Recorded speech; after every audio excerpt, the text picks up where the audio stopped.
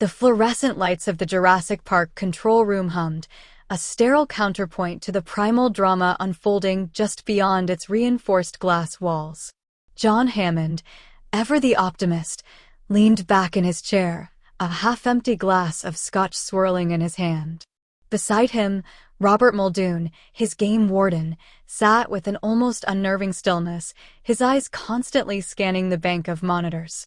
"Robert, old boy," Hammond began, his voice laced with the familiar enthusiasm, "imagine the possibilities. We've only scratched the surface. The Tyrannosaurus is magnificent, of course, the velociraptors, captivating in their own way. But we need to diversify. Add some gentle giants." A few feet away, Ray Arnold, his perpetually rumpled chief engineer, sat hunched over a console, his fingers flying across the keyboard. Lines of code scrolled across the screen, a digital ballet that was, at this moment, the only thing holding the park together. He barely registered Hammond's words, lost in the labyrinth of the park's security systems. Muldoon took a long, slow sip from his own glass. "Diversify, John? We're playing God as it is. Let's not start designing a petting zoo." Hammond chuckled, a sound that echoed a little too hollowly in the concrete room. "Don't be such a cynic, Robert. I'm thinking of the tour. Imagine the look on their faces when they see," he paused, searching for the right image. "A Stegosaurus. Majestic. Docile. We'll put them in Kentrosaurus Valley. Plenty of room for them. They can coexist with the Dryosaurs." Muldoon frowned. Kentrosaurus Valley was already a carefully managed ecosystem. Adding another herbivore, especially one as large as a Stegosaurus, could throw the whole balance off. He swiveled his chair slightly, his gaze drifting back to the monitors. "And where are you proposing we acquire these Stegosaurus, John?" Hammond waved his hand dismissively. "Site B, of course. Isla Sorna. Plenty of them there, according to the records. 4. That's all we need. A breeding group." Muldoon's hand tightened around his glass. Isla Sorna. The name alone sent a shiver down his spine. He had been there once, briefly, years ago, during the initial cloning operations.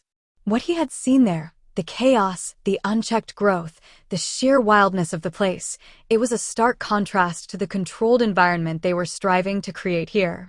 "Site B is a different beast altogether," John, Muldoon said, his voice low and serious. "It's not a zoo. It's a living, breathing, evolving ecosystem. We don't know what else is running around on that island. Containing 4 Stegosaurus is one thing. Containing them while dodging God knows what else is another." Hammond puffed out his chest. "Nonsense, Robert. With proper planning, proper equipment, we can handle anything. We've got the technology." Muldoon snorted. "Technology is only as good as the people wielding it, John. And Site B, it's indifferent to your technology. It adapts. It survives." He paused, considering his words. "Look, I'm not saying it can't be done. But we need to be smart about it. Minimal team. High-dose tranquilizers. And thorough reconnaissance." Arnold, finally pulling himself away from the code, glanced over his shoulder, a skeptical look on his face. "High-dose tranquilizers? For a Stegosaurus? That's going to be one hell of a dart." Muldoon ignored him. "I'll agree to go, John. But not now. Give me a month. I need to assemble a team, prep the equipment, and get a better understanding of what we're walking into. We need updated satellite imagery. I want to know what's living near those Stegosaurus. What their migration patterns are. What their predators are." Hammond sighed, his enthusiasm momentarily dampened. "A month? Robert, a month is an eternity in the theme park business. We need to keep the momentum going. The investors are getting restless." "The investors can wait," Muldoon said firmly. "Their money won't do them any good if we end up as Compsognathus food on Isla Sorna. This isn't a game, John. This is real. These are living, breathing creatures. And we need to treat them with respect." Hammond stared into his scotch, the amber liquid swirling like a prehistoric swamp. He knew Muldoon was right, in his own grim, pragmatic way. But the thought of waiting, of delaying his vision, was almost unbearable. "All right, Robert, he conceded, his voice tinged with reluctance. A month. But I expect a detailed plan. Contingency measures. And I want regular updates. Muldoon nodded, his eyes still fixed on the monitors. You'll have them, John.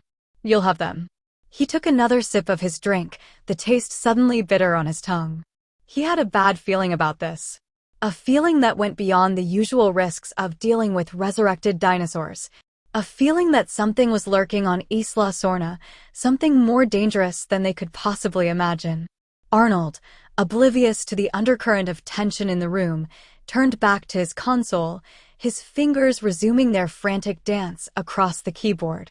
He was wrestling with a glitch in the park's automated feeding system, a minor inconvenience compared to the potential disaster brewing in Hammond's ambitions. As the silence descended once more, punctuated only by the hum of the lights and the click of keys, Muldoon couldn't shake the image of Isla Sorna from his mind.